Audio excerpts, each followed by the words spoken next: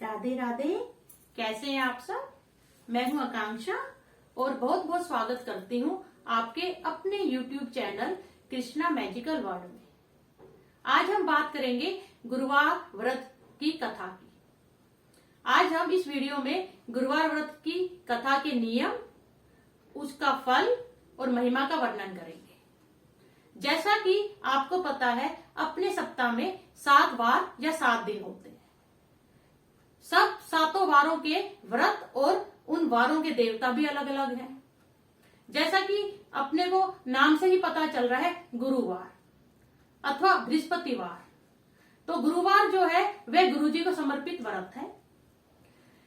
देवता और जो दानव है उनके गुरु जी अलग अलग हैं। अपने जो दानव है उनके देवता शुक्रदेव जी हैं और जो देवता है उनके गुरु श्री बृहस्पति देव जी हैं। तो ये गुरुवार का व्रत जो है बृहस्पति देव जी को ही समर्पित है। श्री कृष्ण जी ने भी गीता में बोला है कि वारों में मैं गुरुवार हूं। श्री कृष्ण जी की भांति ही श्री गुरुदेव महाराज जी को पीला रंग अति प्रिय है। अब मैं गुरुवार व्रत के लाभ बताना चाहूंगी कि इनके व्रत करने से हमें क्या क्या लाभ होता है। सर्वप्रथम तो जो महिलाएं हैं उनके लिए गुरुवार का व्रत अति अति उत्तम है। यह व्रत करने से हमें अति सौभाग्य की प्राप्ति होती है, धन धान्य की वृद्धि होती है और विद्यार्थियों के लिए भी यह व्रत अति उत्तम है। गुरुजी महाराज उत्तम बुद्धि प्रदान करते हैं और जिन भी स्त्री पुरुष की शादी या विवाह में कोई समस्या हो या कुंवारे लड़के या लड़कियों की विवाह में कोई अड़चन आ रही हो, उनके लिए भी यह व्रत बहुत ही फलदायक होता है। और यह व्रत करने से हमें उत्तम बुद्धि की भी प्राप्ति होती है। अब इस व्रत के नियम देख लेते हैं। गुरुवार के व्रत के दिन हमें केले के वृक्ष का पूजन करना होता है। इसके लिए आप मंदिर में भी जा सकते हैं और अगर आपके घर के आंगन में केले का वृक्ष लगा हुआ है तो वहां भी पूजा कर सकते हैं। केले के वृक्ष के लिए जगह जगह ये भ्रांतियां फैलाई हुई हैं कि यह घर के आंगन में लगा हुआ शुभ नहीं होता है। मेरे खुद के घर के आंगन में 20 साल से श्री गुरुजी महाराज जी केले के रूप में विराजमान है और मेरे लिए अति अति शुभ है। इसलिए इसमें कोई भी दिक्कत नहीं है। अगर आपके घर में केले का वृक्ष है तो आप उसकी सर्वप्रथम बहुत अच्छे से पूजा पाठ करें और मन में कोई भी चिंता ना लाएं। इस दिन हमें सब गुरुजी महाराज जी के समक्ष पीली चीजों का ही भोग लगाना चाहिए, जैसे बेसन के लड्डू, चने की दाल, गुड़, केला, आम और ये जो भी पीली जो चीज आप खा सकते हैं, बेसन का चीला और ये बेसन का हलवा, बेसन की रोटी इत्यादि। क्योंकि गुरुजी को पीला रंग ही अति प्रिय है और इस दिन हमें पीले वस्त्र ही धारण करने चाहिए। पीले पुष्प से ही श्री गुरुजी का पूजन करना चाहिए। इस प्रकार गुरुजी महाराज जी बहुत ही प्रसन्न होते हैं और जो भी आपकी मनोकामना हो उसे अवश्य ही पूर्ण करते हैं। आपको व्रत का संकल्प भी गुरुजी के पेड़ के नीचे अपने हाथ में थोड़ा जल लेके और उनके समीप करना चाहिए कि मैं ये व्रत 4, 8, 12, 16 ऐसे करूंगी। आप जो व्रत का संकल्प जो है वो सम संख्या में लें, मीन्स इवन नंबर में। तो आपका जो ऐसा कोई नहीं है कि हम ज्यादा व्रत करेंगे तो ज्यादा फल मिलेगा, कम करेंगे तो कम मिलेगा, ऐसी भी कोई भी दिक्कत नहीं है। जितनी भी आप में सामर्थ्य है आप उसके अनुसार अपने व्रत का संकल्प कीजिए। व्रत जिस दिन आप करें उस दिन पीली गाय अगर हो तो अति उत्तम है। पीली गाय को आप गुड़ और पीली रोटी या पीला लड्डू बेसन का अवश्य खिलाएं। इससे भी अति शुभ फल की प्राप्ति होती है। चलो अब कथा श्रवण करते हैं। आज श्री गुरुवार व्रत की कथा।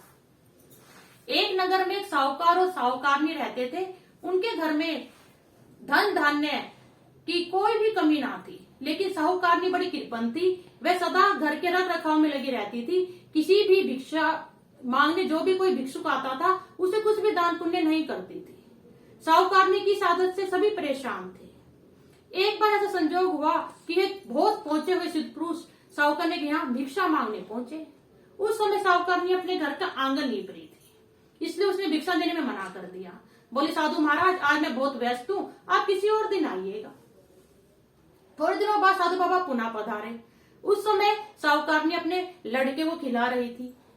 तो बोली साधु बाबा अब मैं मेरे बेटे को खिला रही हूँ, आप किसी और दिन अवकाश के टाइम आना या अवकाश के समय आना। तीसरी बार जब साधु बाबा पुनः पधारे उस समय साहूकारनी फिर अपने आप को घर के किसी अन्य कार्य में व्यस्त रखने की कोशिश करने लगी। इस बार साधु बाबा का माथा ठनका और वे समझ गए कि साहूकारनी व्यस्त नहीं रहती, अपितु स्वभाव से ही कंजूस है। साधु बाबा क्रोधित हो गए, बोले क्या बात है माई, जब भी आता हूँ तो हमेशा बोलती है अवकाश नहीं है, अवकाश नहीं है, ये क्या है? बोली हाँ जी, मैं तो घर के रख रखाव से बहुत तंग आ गई हूँ, मुझे तो आप कोई ऐसा उपाय बताइए जिससे अवकाश ही अवकाश हो जाए। तो साधु बाबा बोले अच्छा मैं तुम्हें कुछ उपाय बताता हूँ, वो जब तुम करोगी तो तुम्हारे घर में अवकाश ही अवकाश हो जाएगा।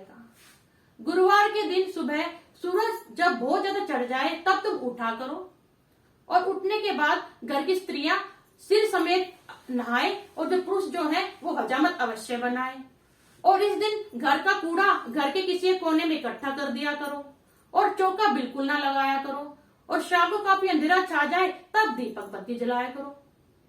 इस प्रकार उल्टी शिक्षा देके साधु बाबा चले गए। साहूकारनी वैसा ही करने लगी। अभी 2 ही गुरुवार बीते थे कि गुरुजी के अशुभ परिणाम उनके घर में उजागर होने लगे। घर में धीरे धीरे धन धान्य भोजन सब कुछ समाप्त हो गया। कुछ दिनों बाद वही साधु बाबा पुनः पधारे। उस समय साहूकारनी अपने घर के आंगन में हाथ पे हाथ धरे बैठी और बिल्कुल अवकाश से रहित थी। तो साधु बाबा बोले माई आज तो अवकाश में है, आज तो मुझे भिक्षा अवश्य देगी। तो साहूकारनी बोली महाराज अब तो आपको भिक्षा देने के लिए क्या, मेरे तो घर में ऐसा टोटा पड़ा कि मेरे को तो खुद खाने के लिए भी अन्न का एक भी दाना नहीं बचा है।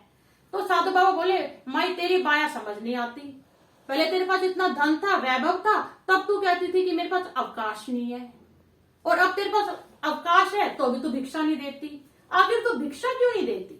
तो मैं समझ गई कोई सिद्ध पुरुष है, उनके चरणों में पड़ी और बोली हे महाराज ऐसा कोई उपाय बताइए जिससे मेरा घर जो है धन धान्य से दोबारा परिपूर्ण हो जाए, मैं भविष्य में किसी को भी कभी भी खाली हाथ नहीं लौटने दूंगी। तो साधु बाबा को दया आ गई, वो बोले माई जो मैंने तुझे पहले उपाय बताए थे उससे गुरुजी रुष्ट हो गए, परंतु अब तुम्हें गुरुजी को प्रसन्न करने के उपाय बताता हूँ।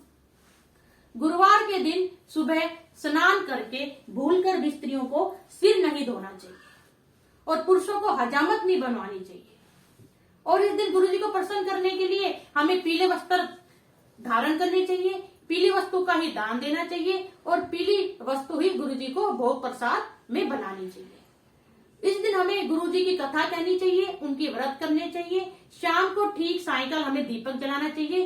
इस प्रकार गुरुजी महाराज बहुत प्रसन्न होते हैं, अन्न से धन से सब चीजों से घर को निहाल कर देते हैं।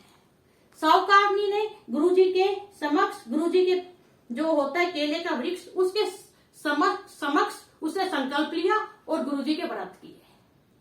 व्रत के फलस्वरूप उसका घर फिर अन्न धन से भरपूर हो गया। उसके बाद उसने कभी किसी को खाली हाथ नहीं लौटने दिया, जितना बन सका दान पुण्य किया। तो हे गुरुजी महाराज जैसे आप साहूकारनी पे रुष्ट हुए वैसे किसी पे ना होना, और जैसे आपने साहूकारनी को अन्न से धन से इज्जत मान सम्मान से निहाल किया, ऐसे जो भी आपका व्रत करे उसे इज्जत मान सम्मान धन धान्य से उत्तम बुद्धि से निहाल करना। जय श्री गुरु महाराज जी की। राधे राधे।